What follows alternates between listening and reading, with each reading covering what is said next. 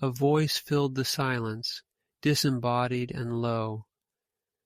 Ave, it intoned, Ave, Ave, echoing through the void.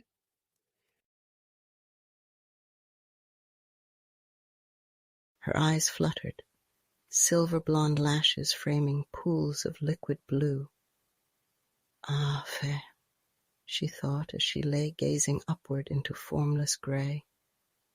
My name? A sudden trace of rose graced snow-white cheeks, aquiline lips parted. A soundless zephyr filled her breast, rising for its first sweet breath. Her chest continued to rise and fall. Hands, translucent alabaster flushed with pink, remained still, demure, clasping one another over her unclothed form. Ave, the voice whispered softly, Ave Alona. The words fell dead, swallowed by the featureless void. A beat of her heart measured the silence. Shadows writhed across her face. Transparent brows rose first in wonder, and then lowered, contracted over narrowed lids. Motionless she remained, yet a causeless rebellion stirred within her. Resistance, unbidden, filled her being. No. Anger rose in her throat. Her arms slipped to her sides and she curled, drawing her long legs to her chest and clasping them in a fetal position. The void accommodated her. The voice paused, disembodied, silent. Her shoulders began to shake, betraying the turmoil within. One silver tear, salt and hot, burned across her face, wetting her lips. A sound, soft, then louder, escaped her mouth. Pain, fear, anger, fear, pain. Pain and fear filled her, evoked an ancient cry. Sobbing, she curled herself into a tight ball, seeking solace in touch. Still, the voice waited. Patience they knew well. Her cries lessened. Her anger grew. No! She gasped aloud this time. I did not agree. Ave, the voice spoke with quiet authority. Rise. She drew in a shuddering breath and screamed. The void swallowed all. Her fear and rage fell dead, echoless. Rise, the voice repeated patiently. She opened her eyes, gathered her strength and rose, trembling. She turned a slow circle, tears drying, banked anger burning, narrowed gaze defiant. I refused, she hissed, glaring into the void. It was essential, replied the voice. They did not apologize. It was done. Ave Alona. Solitary alone, the first living being to exist since the great fall. And now the loneliest, she muttered. She pressed her lips into a bloodless line. The words were bitter in her mouth. You are not alone. I might as well be, she snapped. I am exiled, cut off from all I have ever known. A great fear seized her, strangled her voice to a whisper. I am dying. Her newly awakened heart pounded in her chest. I will die, she screamed. Her cry was stifled almost as it left her. In a whisper once more she demanded, Why? She counted heartbeats, waiting. You were required, the voice replied softly. She remained motionless, heart-burning, lungs bursting. Her face grew deathly pale. I was required. The ancient phrase returned to her. The spirit requires the body. The body! She looked down at it, hairless and pale. It is symmetrical, at least. Her breath caught for an instant. Am I? Beautiful, the voice answered with quiet affirmation. Yes. I am beautiful," she murmured. A thrill, electric, ran down her spine to her feet, to her toes. They tingled with what? She did not know. Calmer now, she cast back her thoughts. Back to the before time, before she was Ave. Back to the time of the oneness of all, the false triumph of pure spirit, and the lies of the Dark One. It had been ages, ages. All had perished. With the defeat of the body, all matter, all existence had been destroyed. The world had become void, formless, lifeless. She closed her eyes, envisioning all as it had been, as it must be. A moment of vertigo, then sudden, careless and free. The sweet call of a songbird came to her. A gentle breeze touched her skin, lifted a strand of her silver-white hair. Eyes still veiled, she raised her face, turning toward warmth, the rays of the unseen sun as they washed over her. "This is the new world," she affirmed. "My world." Her eyes opened. The void was no more. She stood in the midst of a fertile valley. Azure mountaintops, snow-capped and pristine, guarded the horizon. Soft turf, lush and verdant, spring green like unto only one other, swelled to her feet. Flowers, all their colors new sprung from fresh-tilled earth, nodded and bent. Her hair danced in the scented breeze, streaming back, its flowing waves caressing her pale shoulders. The firmament was limitless, its blue identical to that of her eyes. The first rays of dawn cascaded over the high pass, turning pale crystal to rose, pinking her skin. Sudden indescribable joy transfixed her, held her. She drew a breath, held it deep, set it free. Life. The very air flowed with it. She rejoiced as the created joined with creation once more. Weary, they observed her work in silence. All was well. Ave seemed to accept her fate, to manifest her world and adapt. She had been chosen not the least for her youth, her fierce soul, and her fire. The passing of the ages had weakened them. She was their best, perhaps their last, chance. From the beginning there had been rebellion. Lucifer had led them in war against the host for mastery. When the ultimate defeat of their foe was realized, they had rejoiced. The warrior prince was overthrown. Michael, first and wisest among them, was imprisoned. Utopia, perfection in all things, could at last be. The way of all flesh was no more.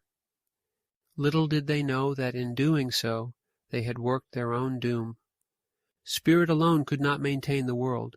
Without the body, its touch-point, all manifestation was lost. Pride, the deadliest of his deceits, had led to disaster. In the end, Lucifer was cast out, but the damage was done. All now depended upon this slenderest of threads.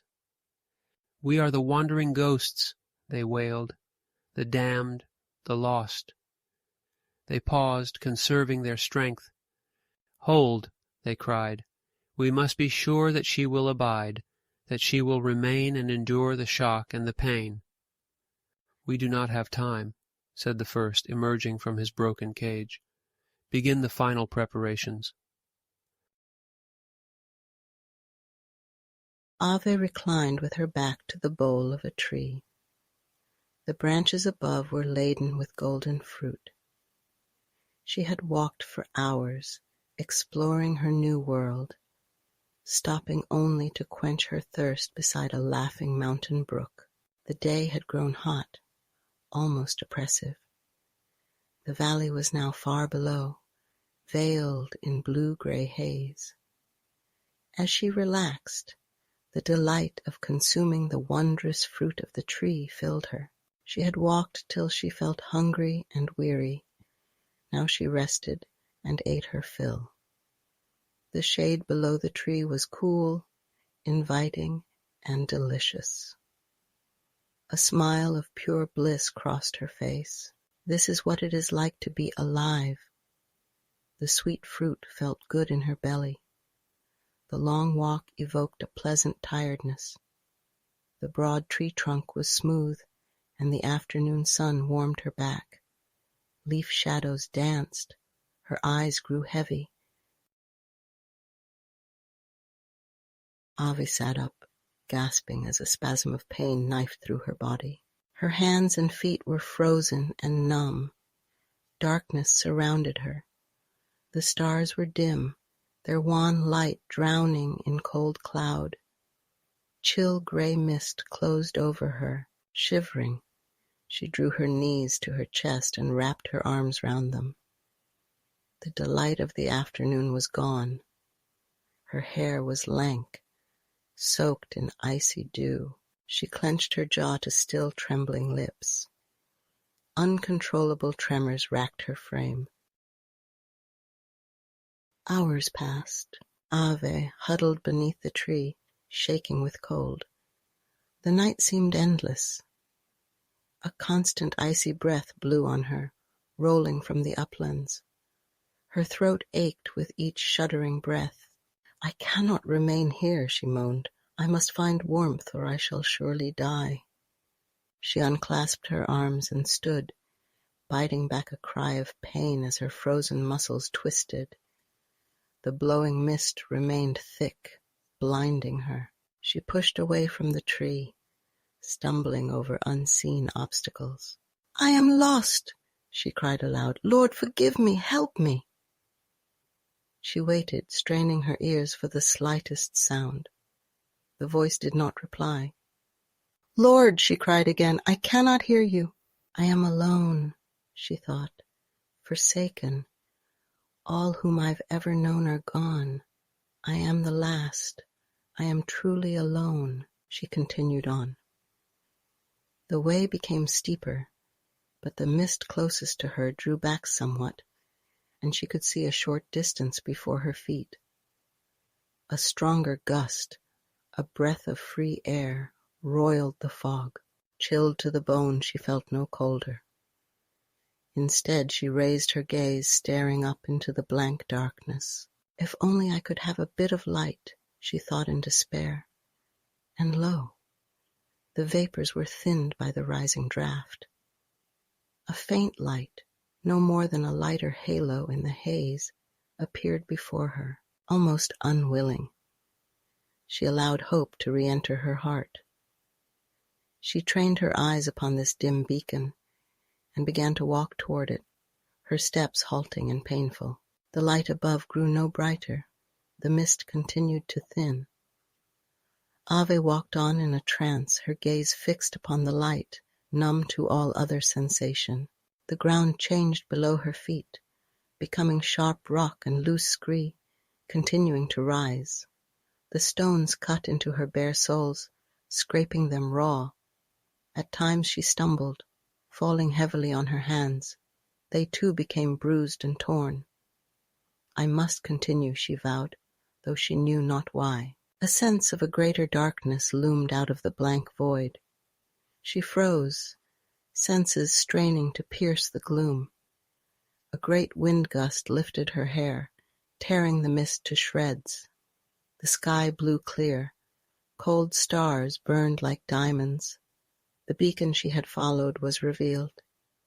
The dying moon, a pale sickle of light, rode low in the west. Before her lay death.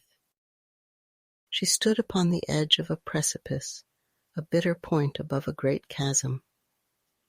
One pace further would have been her last. A great sadness fell upon her. "My world is dark and empty, Lord," she moaned.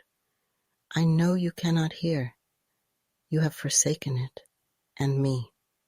Her eyes burned, and she covered her face with ice-cold hands. A single tear escaped, glistening in the cold moonlight. It hung, a timeless instant suspended between heaven and earth.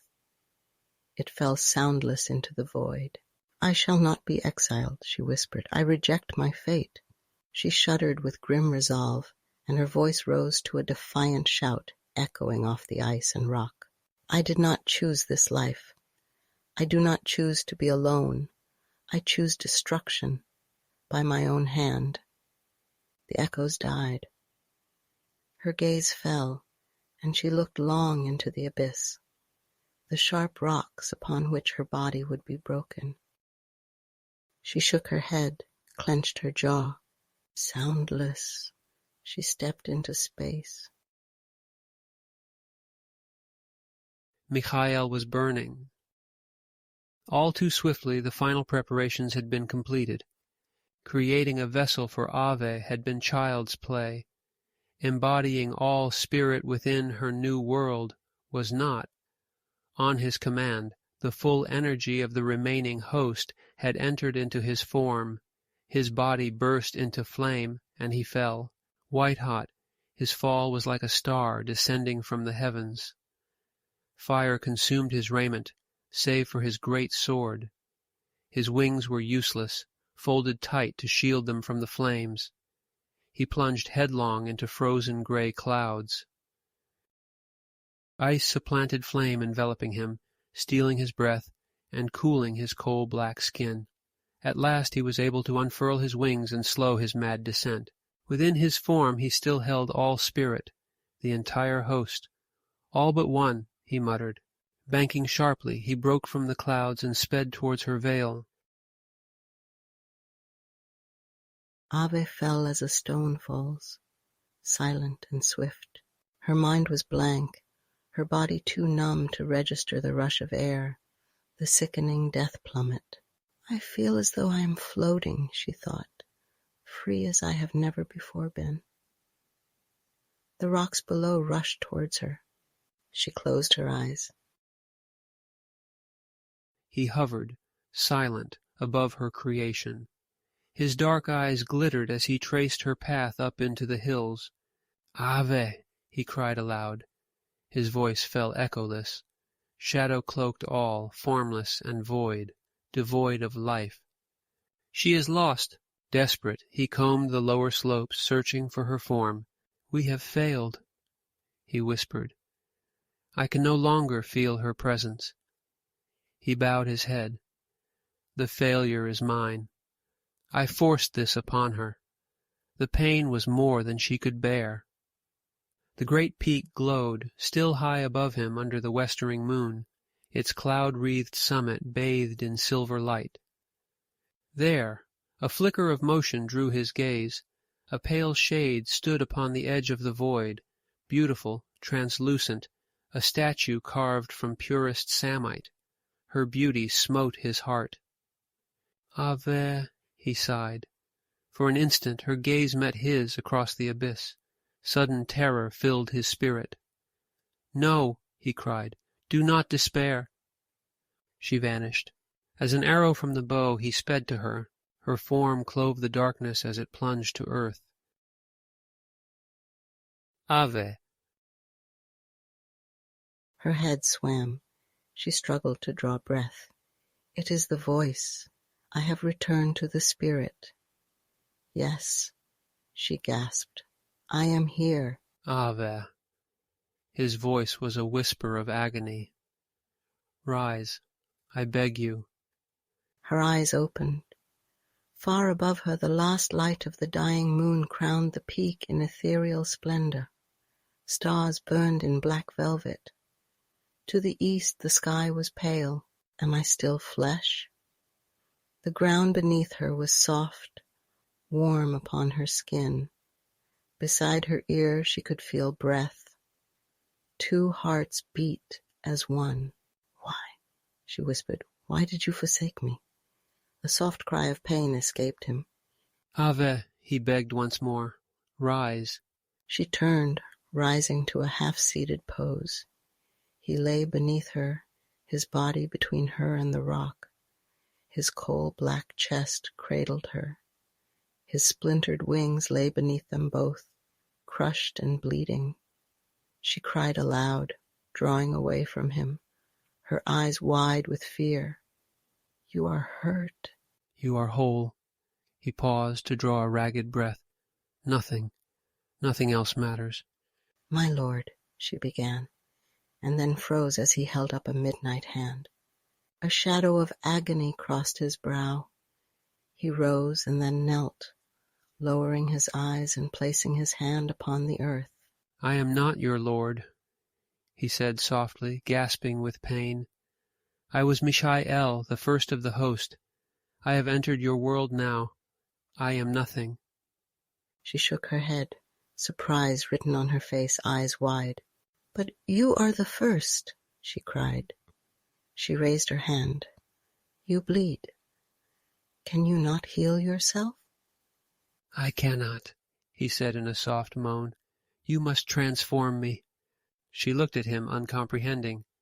With difficulty he drew his great sword. It was shattered a foot above the hilts. "Take my sword," he hissed, "and cut away these ruined wings." The blood drained from her cheeks. No, she thought, but her protest died unvoiced. She could feel his agony, see the desperation in his gaze. Wordlessly she accepted the blade. He bowed, hands braced upon the cold rock. Trembling, she stood beside him, raised the bitter shard, and then lowered it through his flesh. It clove bone and sinew, revealing terrible wounds. Yet they seemed bloodless, dark scars whose heat she could feel upon her face. He remained rigid, eyes closed, jaws clenched. At last she released the sword and let it fall ringing upon the earth. "It is finished." He threw back his head. A howl of agony escaped his lips. She clasped her arms round him, her fair breast pressed against his mutilated flesh. At last he stirred and turned to her, his eyes still upon the earth, unable to meet her gaze. "I am El Adam," he whispered, "spirit made flesh. Within my body dwells the remnant of the host. The wandering ghosts are at rest. We have fought our last battle. We beg to be forgiven. We beg to return." She looked at him kneeling before her, penitent, his dark eyes downcast. She knelt and stretched out her hand. "El Adam," she said, caressing his face. "Look at me." Slowly he raised his gaze, shadow dark, staring into her bottomless wells of cerulean blue. "Ave," he whispered, "I love you." His voice trembled with passion. "Will you have me?" Her lips parted, and then suddenly closed upon his, warm mahogany melding with palest rose. A timeless moment passed. She felt her living spirit flow between them, joining again with the host and the whole. She broke their embrace, opening her eyes. The light of dawn broke over the edge of her world, filling the sky. "Yes, my love," she whispered softly, "I will."